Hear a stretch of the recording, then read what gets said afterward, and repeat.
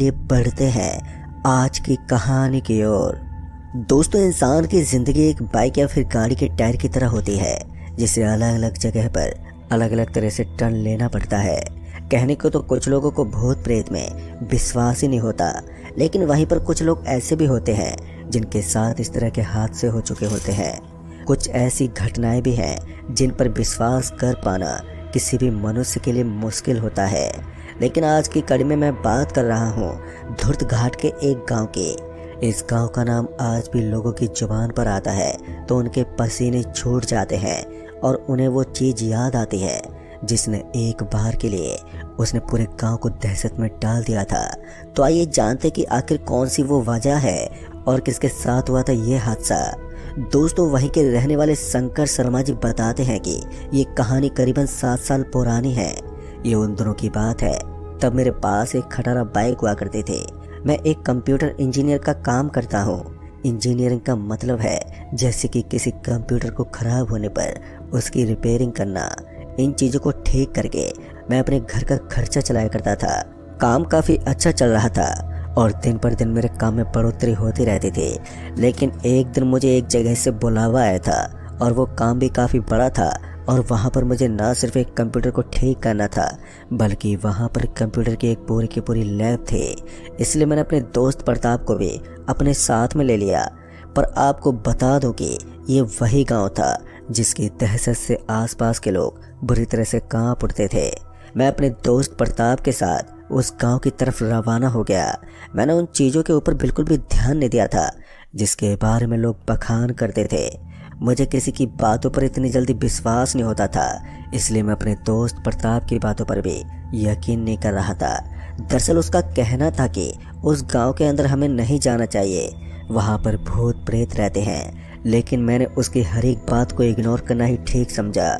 शाम के 4:30 बजे के आसपास हम दोनों उस गांव में पहुंच गए और उस गांव में जब हम दोनों पहुंचे तब हमें पता चला कि उस गांव के अंदर एक स्कूल के अंदर कंप्यूटर की एक लैब है और इस लैब के अंदर हमें सारे कंप्यूटर को ठीक करना है। दरअसल उन सभी कंप्यूटर के अंदर हल्की फुल्की गड़बड़ चल रही थी और कल वहां पर एग्ज़ाम होने वाला था और इस एग्ज़ाम की वजह से या तो वहां पर नए कंप्यूटर का इंतज़ाम किया जाना था या फिर आज ही के दिन उनके कंप्यूटर को ठीक करना था और उसकी पूरी की पूरी जिम्मेदारी मेरे और मेरे दोस्त प्रताप के ऊपर थी। इसलिए हमने जल्दी से जल्दी काम करना शुरू कर दिया। फिर हमने देखा कि जैसे जैसे शाम हो रही थी तो वैसे वैसे स्कूल पूरी तरह से खाली हो गया। अब उस स्कूल में मैं और मेरा दोस्त प्रताप और उस स्कूल का प्रिंसिपल ही बच गया था।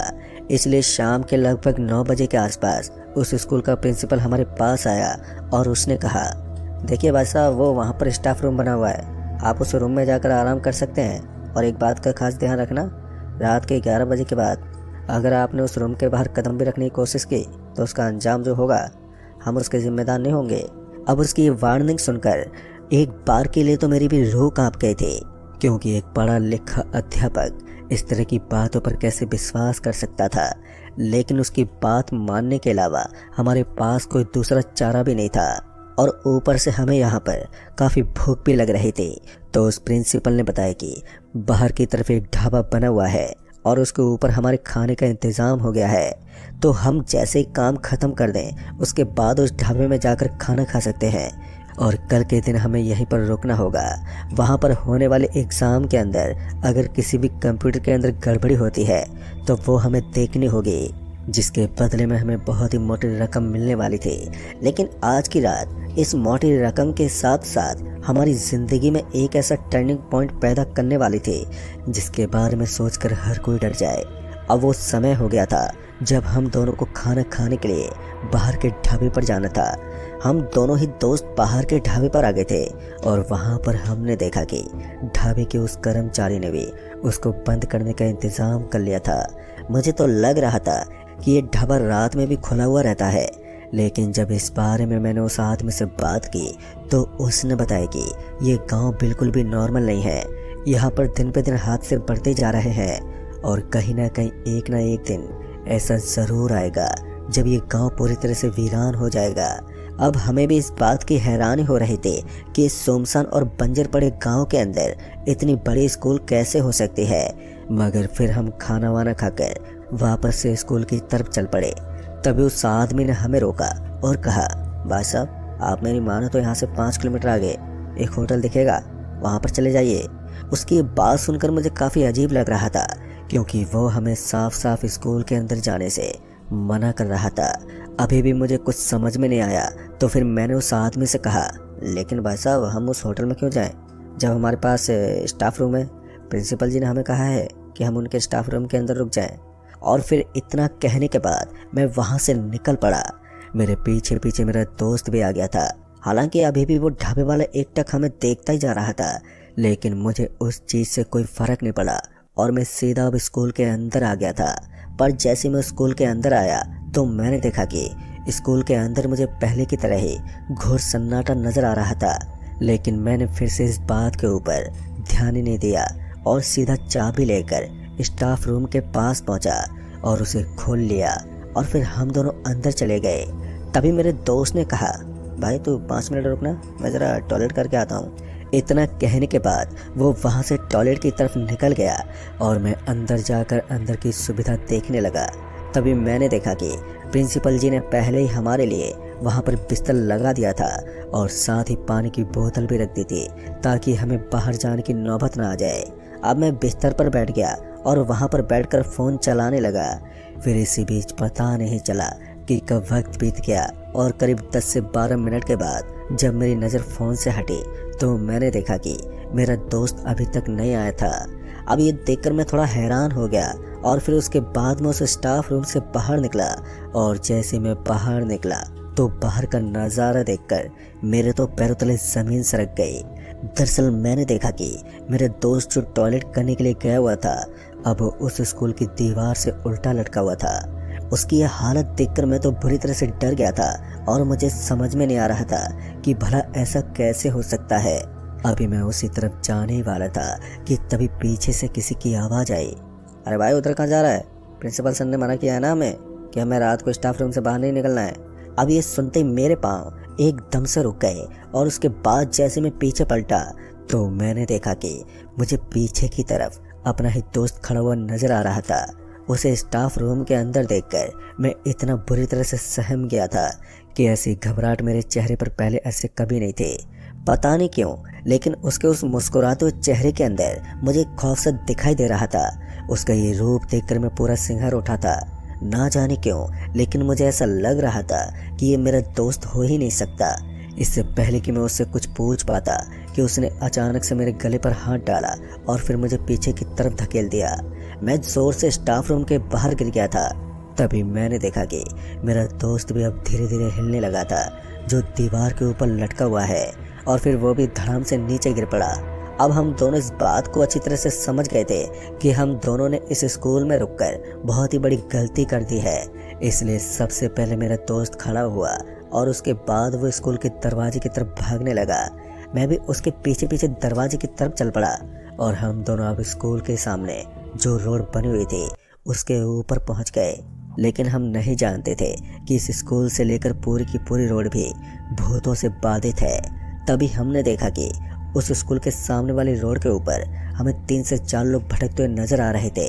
पर हैरान की बात तो ये थी कि हम दोनों के चारों तरफ वो अचानक से खड़े हो गए थे और उन्होंने एक दूसरे का हाथ पकड़ लिया था। अब ये दृश्य हम दोनों को और भी ज़्यादा डरा रहा था। पहले तो हमें लगा था कि वो लोग नॉर्मल होंगे, लेकिन जैसे ही हमने उनका चेहरा देखा तो हमारी तो सिट्टी बिट्टी ही गुल हो गई थी।